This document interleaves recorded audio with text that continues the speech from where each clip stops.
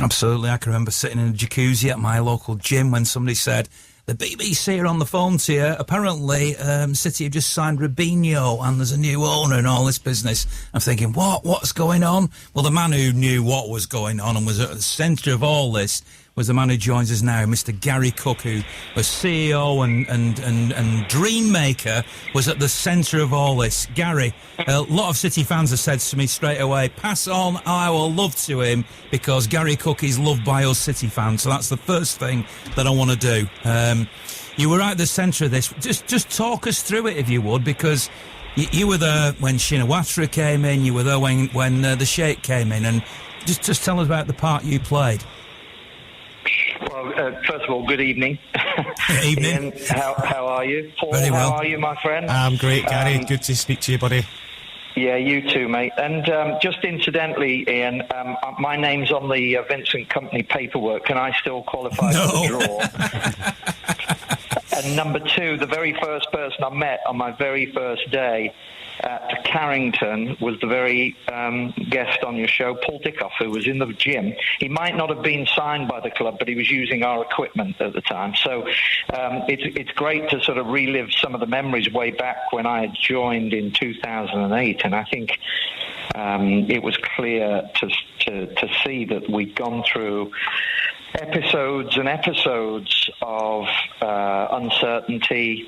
There was certain amounts of disillusion, and there was really a lot of scepticism within the football club. In fact, I remember going to the club shop and trying to identify what the fans thought of the club and where our ambition began and ended. And lo and behold, the best-selling item in the shop was the DVD that showed our home and away win against United. And that was really the ceiling, if I remember back in 2008. If you won both of those games, that was a relatively good season. I think we've come a long way since then. And as Paul quite rightly pointed out, the owners should take a good portion of that responsibility. But I also think a lot of the people inside the football club should take a lot of that responsibility. I think you can always look back in time and look back at 2008, and it was about Vincent Company, it was about Zabaleta. It sort of, then it became about Robinho, then it became about Adebayor, and you could list a whole bunch of them, and you get all the way through Gareth Barry, and you talk about Yaya Toure and David Silva, and then it became about Tevez or Aguero, and everybody's played their party, and the football club didn't begin business in 2008. I think most fans that will be listening to this show will know the ups and downs of being a City fan for many, many years. Everybody has played their part in the years. Mark Hughes, Sven-Goran Eriksson, even way back before then. And I always call out Alistair McIntosh and John Wardle, and everybody was clinging to the wreckage up until that day, the 31st of August, when we knew then that the world at Manchester City was about to change, but the world of football was about to change. Well, you might be, knowing you as I do, reluctant to take any great praise yourself, and you've avoided it so far in that answer, which is very laudable, and obviously all those people that you've mentioned do deserve a lot of credit. But I wanted to tell me your part in all this, because you know, this is your job. You know, people who know your history with the Michael Jordan brand and Nike and all the rest of it. You're a wheeler and dealer, a very clever man behind the scenes, and you sort of brokered what happened. So without you, all of those names you just listed may not have been at Manchester City, and the club might not be what it is. And I'm not saying it's all down to one individual or you, but you played a big part. Can just tell us how it all happened? Well, I've always said that Manchester City had three core pillars of opportunity, and if not opportunity, they should always be very proud of these three things. The first one is that the club is a part of the community, and the community is a part of the club. And we've had, as we talked about, our own scepticism around the world of football. There were 3 or 4 clubs that had become, if you like, global opportunities and global entities, and we were priding ourselves on our local capability, and that was all in part to our great community work. And we also sat in the middle of East Manchester, which to some was sort of a bit of a desert or an oasis of, the history of Manchester in the last 30, 40 years, which had fallen on harder times on the East. But actually, if you look through a different lens, it was a massive opportunity to develop the land, to develop the community, to build out what could possibly become the world's leading sports facility in any country, anywhere in the world, in any sport. And the third part was I felt that City and the Blue had enough history and heritage to be proud of, that you could develop a brand around that. So that thinking, if you notice, none of that mentioned put 11 footballers on the football pitch and try and win the league. I always felt that will become a part of better management, better organisation, better processes, organising yourself and preparing yourself to be a sustainable and successful football club over the next 5, 10, 15 and 20 years. Now, admittedly, and I'll always be on record, admittedly, it's a blessing when you have the right levels of capital to be able to do that. But I think what you have to do in any walk of life is to create a dream, create a vision, and have everybody try and shake off the mediocrity that had sort of, emblazoned the club for so long. And of course, we got criticised for it, if you remember, Ian. We were criticised for saying we were going to be better than we were. We were criticised for saying we're going to be one day people will sit up and look and pay attention and listen. But of course, it manifested itself throughout the club, and everybody should be proud of that. You still avoided giving yourself any credit, haven't you? I mean, there's a director at the club now, Simon Pearce, who is, I think, the Sheikh's right-hand man, and who is also another man who's been very instrumental in this. And I remember meeting you and Simon Pearce in one of the offices at City when different things were happening at the time. And so I feel as if I have got some sort of an insight as to how important your role was. Do you remember either through Simon or directly yourself, Sheikh Mansour or his people ringing you up and wanting to buy into the club? Yeah, no, there were, we'd spent a lot of time in the first 90 days when I alerted Thaksin Shinawatra after 10 days inside the club. I arrived in May 2008, and within 15 days we were alerting the owner that we've got some challenges ahead, and within 60 days we were on the verge of going into administration. That creates some problems. It creates some problems at the time. We had to get everybody engaged, including the Premier League, including the owners, and we tried to find a solution. And then the way it works, Ian, is you've got to create a plan, and you've got to create a document, which is basically what they call the book. And that has to show the financials, and it has to show your ambition and the vision for the future. And then you take that on the street and you go try and sell your football club. I mean, that's as simple as it sounds. I may be paraphrasing for effect, but that's what you do. And so you walk up and down the streets of London, the City of London, and you try and find somebody. And we found some associates of the Arab authorities who were looking to buy a football club, and we started talking about the opportunity at Manchester City, and they were equally looking at other opportunities. And fortunately, they believed our dream, believed our vision, and they were compelled to continue the discussion. And I think what happened, which was unique, it wouldn't happen today.